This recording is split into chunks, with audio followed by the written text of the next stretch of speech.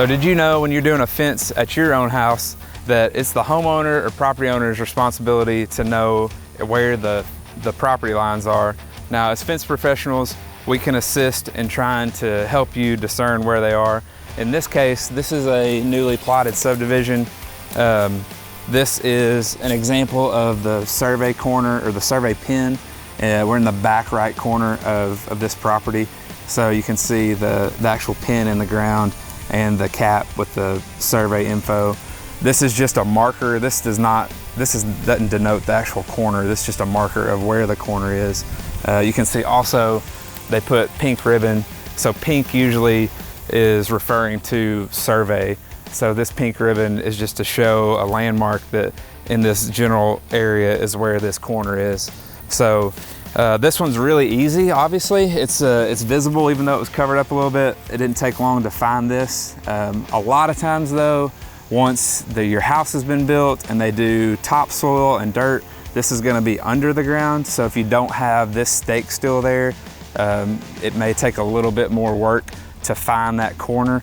And then beyond that, if there's other issues of finding those corners and determining those lines, it's a good idea to get a surveyor, get a professional to come in and come either find your corners and mark them, or if they're not marked properly, they'll come in, do a full survey and actually pin your corners. That way though, it takes all the guesswork out of it and you know exactly where your property lines are, and it ensures that your fence is on your property and not encroaching on anybody else.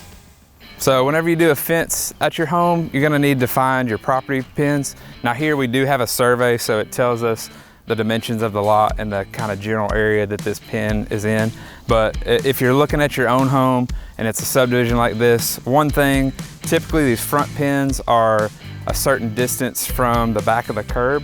So we've got a tape right here at the back of the curb, and they usually, now it's a rule of thumb, it's not exact, but typically somewhere between 10.5 feet to about 12 feet is where they're gonna set those pins from the back of that curb on the front of your property. So here we've determined that this area, there's some old white paint we've marked, is where that is. So this here is typical too. Once you've got the topsoil brought in and the sod laid over, it's usually covering those pins so they're not typically visible. You can see over here there was a marker, but somebody, and typical on a construction site, has knocked this over and just thrown it over there. So it makes our job a little bit harder of finding it. But from the survey, we know it's somewhere in here. So I'm gonna see what I pick up with the metal detector. And so that sound right there is something for iron, which is what we're looking for. You want to make sure that sometimes you'll pick up on nails and other stuff, but so that's our spot. I'm gonna check out there and just kind of dig this up. So here, that's what we're looking for. That yellow cap is the cap of the actual pin itself.